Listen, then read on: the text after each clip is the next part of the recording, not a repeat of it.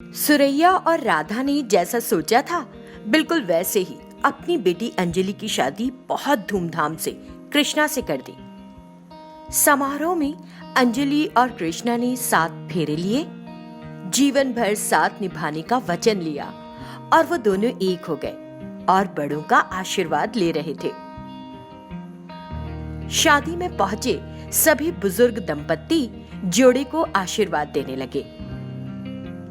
अरे सब सुनो, अब शादी हो गई, ये दोनों अब पति पत्नी हैं। चलिए अब बेटी को ससुराल जाने के लिए विदा करना होगा। चलिए चलिए। अब तक अंजलि सभी रिश्तेदारों और दोस्तों के साथ बड़ी खुश थी, लेकिन जैसे ही पंडित ने ससुराल भेजने के लिए कहा, अंजलि घबरा गई। ये देखकर कृष्णा ने अंजलि का हाथ अपने हाथ में लिया। मैं अपनी माँ से बहुत प्यार करता हूँ। अगर कोई माँ और बहन का ख्याल रखता है तो वो अपनी पत्नी को भी प्यार से रखेगा, ऐसा मैंने कहीं पढ़ा है। मुझे याद आया तो बता दिया तुम्हें। जब आपको अपनी पत्नी की याद आएगी तभी प्यार करेंगे, नहीं तो। अंजलि ने अभी अपनी बात पूरी भी नहीं की थी कि कृष्णा ने कहा, सुनो अंजलि, मैं तुम्हें एक बात बताना चाहता हूँ। तुम्हारे गले में मंगलसूत्र और पाँव की उंगली में बिछिया, मेरे दाहिने हाथ पर घड़ी और बाएं हाथ की अनामिका उंगली में अंगूठी इस बात का संकेत है कि अब हम दोनों एक दूसरे के हैं और ये हमें हमेशा घर लौटने की याद दिलाएगी। सुनकर अंजलि शर्मा जाती है। विवाह के मंडप से दुल्हन बाहर आ गई। दूल्हा और दुल्हन दोनों ने आरती पूरी की और उन्हें बाहर लाया गया। बाहर एक बड़ी कार रेडी थी। कार के पास दूल्हा कृष्णा खड़ा था, लेकिन अंजलि अपने माता पिता को देखकर फूट फूट कर रोने लगी। अब तो आप खुश है ना नाना? हाँ बेटी, मैं बहुत खुश हूँ कि मैंने तुम्हारी शादी कर दी और अब तुम्हें तुम्हारे ससुराल भेज रहा हूँ।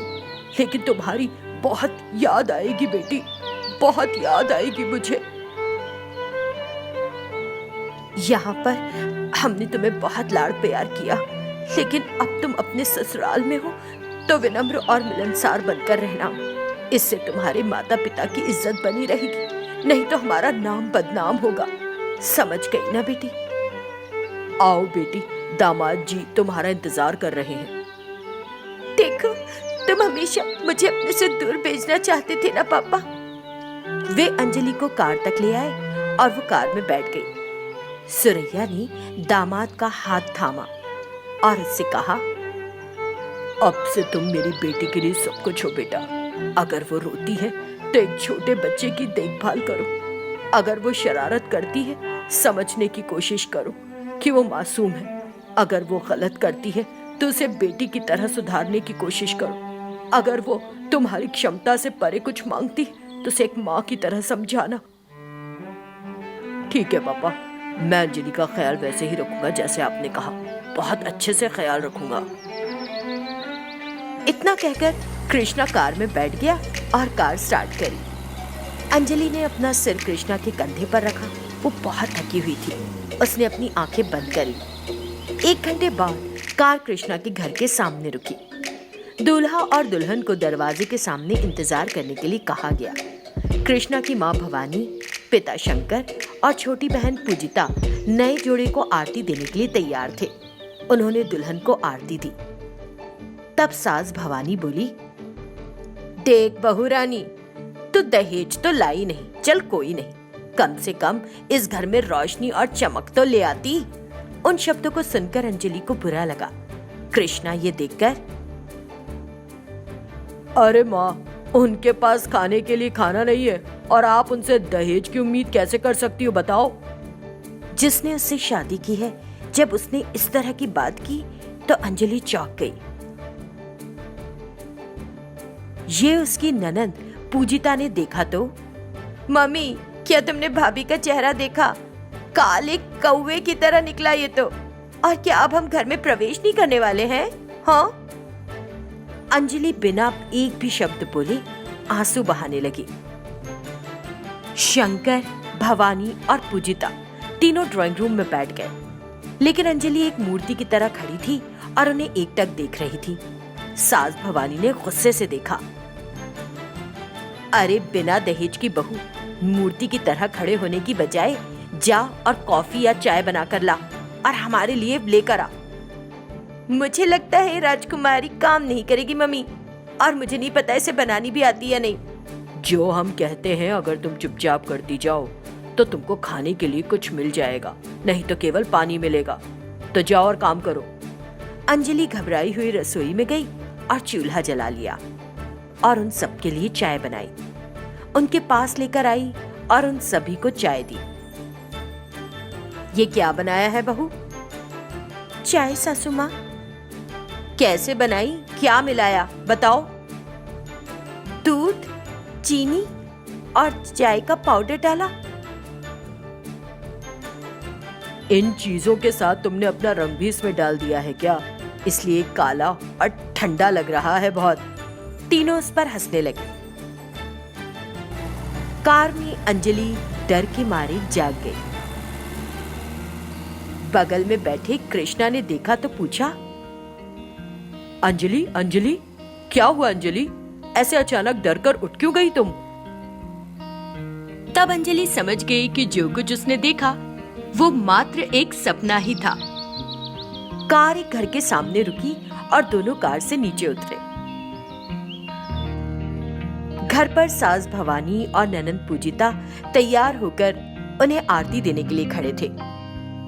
पूजिता बहुत खुश थी। वाओ भाभी, तुम कितनी सुंदर हो। फिर से सास ने अंजलि की आरती ली और वो अंदर चली गई। और जैसे ही वे घर के अंदर प्रवेश करने वाले थे, अब आप दोनों को अपना नाम बताना है, तभी अंदर आ पाओगे। भाई पहले तुम बताओ। हर बात में लेडीज फर्स्ट तुम कहती रहती हो ना, यहाँ भी पहले लेडीज होगा, इसलिए अपनी भाभी को बताने को कहो। हाँ हाँ भाभी बताओ।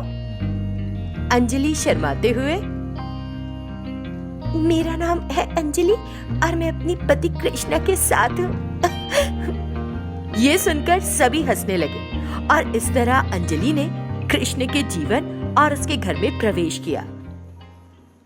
नारायणपुर नाम के एक गांव में एक बुजुर्ग धर्मैया रहते हैं। उनकी पत्नी संतोषी, पुत्र अरविंद, बेटी नूतन है। उनका एक छोटा सा परिवार है, साथ ही उन्हें किसी बात की चिंता नहीं। अरविंद उसी गांव में रहते हुए अपने पिता का काम देखता है, पर उसकी बहन नूतन शहर में रहती है और मैकेनिकल इंजीनियरिंग की पढ़ाई कर रही है। क्योंकि उसकी छुट्टियां थी, इसलिए वो अपना समय परिवार के साथ बिताने के लिए एक कार में आई। जैसे ही वो कार से नीचे उतरी, उसने सभी को देखा और मुस्कुराई। सुनो बहन, तुरंत घर में प्रवेश नहीं करना।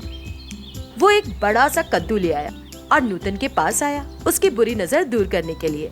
कल तक माँ कर रही थी और अब तुम, क्या नहीं बदलोगे? जब हम इसे सही और अच्छा समझते हैं तो क्यों बदले? माँ जो करती है तुम भी वही कर रहे हो, मतलब माँ जो खाएगी तुम भी वही खाओगे, क्यों भैया? तुम कुछ समय के लिए अपना रेडियो बंद क्यों नहीं कर देती? क्यों करना चाहिए उसे बंद? तुम घर में घुसी भी नहीं और पैसे मांगने के काम करने लगी। कितना पैसा दोगे तुम? अच्छा रुको भी, जब तुम आ रही थी कितने लोगों ने तुम्हें देखा होगा, बुरी नजर डाली होगी। नहीं भाई, मुझ पर किसी की नजर नहीं पड़ी, और अगर वो मुझ पर पड़ी होती तो मुझे चोट लगी दिखती ना। देखो कहीं नहीं है ना। बंद करो अपनी कॉमेडी, ये सेंसिटिव मामला है। फिर स्लो मोशन में तुमको, ओ भैया, क्या तुम्हें बुलाती हुई फिर से आओ यहाँ? शहर से आ रही एक बेटी एक गांव के भाई के साथ मजाक कर रही है। उसके माता पिता देखने लगे और मजे ले रहे थे। अगर तुम 2 मिनट चुप रहो बस, मैं तुम्हें 2000 रुपए दूंगा। ये सुनकर नूतन एकदम ठहर गई, कोट हिलाने भी बंद कर दिए। फिर उसके भाई ने कद्दू लिया और उसके चेहरे पर घुमाने लगा। शहर के बुरे लोगों की नजरें, जो लोग इसके आसपास से गुजरे उनकी नजरें, बुरे वर्ग के साथियों की नजरें, बुरे ग्रामीणों की नजरें, बुरे पेड़, बुरी आत्माओं की बुरी नजरें, और वो सभी के नाम बुदबुदाने लगा। वो एक लंबी लिस्ट बोल रहा था और उसने हाथ में कद्दू पकड़ा हुआ था। अरे भाई, तुम मेरे साथ ये बुरी नजर का क्या खेल खेल रहे हो? सारी बुरी बातें सुनकर मैं ही गिर जाऊंगी। मेरा सिर घूम रहा है। वो कुछ देर खड़ी रही, फिर अचानक चक्कर खाकर गिर गई। तब अरविंद ने कद्दू लिया और ले जाकर दूर फेंक दिया। कुछ समय बाद नूतन ने आंखें खोली, लेकिन उठते ही उसे कुछ समय लगा ये समझने के लिए कि वो कहाँ है। और फिर उसने अपने भाई को देखा। अरविंद उसे देखकर मुस्कुराया। कैसी हो दीदी? क्या तुम मेरे भाई हो या हो जंगली इंसान? कब तक तुम बुरी नजर दूर करोगे मेरी? अरे तुम डर गई हो। Sorry sis, please forgive me. तुमने सिर्फ तीसरी कक्षा तक पढ़ाई की है और तुम अंग्रेजी बोलने की कोशिश कर रहे हो। कित-कित। जब भाई और बहन दोनों बातचीत करने लगते हैं, माँ को उन्हें देखकर बड़ी खुशी होती है। इस ब्रह्मांड में एक तुम दोनों ही भाई बहन हो जो सिर्फ शब्दों से अपना पेट भरते हैं। या तुम दोनों ने सोचा है अंदर आकर खाने की, जो तुम्हारे लिए तैयार किया है मैंने? हाँ बोलो तो। माँ, तुमने केला फ्राई बनाया, दीदी को ये बहुत पसंद है ना? हाँ, क्योंकि इस राजकुमारी ने मुझसे कहा नहीं था। तैयार तो नहीं किया मैंने।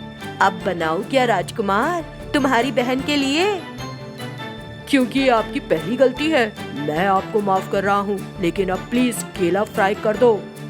ये मेरा ऑर्डर है। ये आम का अचार नहीं है। जाओ जाकर कच्चे केले लेकर आओ। दीदी, मैं अभी अपने खेत में जाकर कच्चे केले लेकर आता हूँ। तुम तैयार हो जाओ इसे खाने के लिए। Okay bro. अरविंद केले लेने चला गया और नूतन बिस्तर पर लेटकर किताब पढ़ने लगी। आधे घंटे बाद केला फ्राई बनकर तैयार हो गया। वो नूतन को डाइनिंग टेबल पर लेकर आया। दोनों बातें करने लगे और खाना खाने लगे। दोनों बच्चों को देखकर माता पिता को बहुत खुशी हुई और उन्होंने दिल में दुआ की, इनका ये रिश्ता हमेशा बरकरार रहे। यूं ही दिन गुजर रहे थे।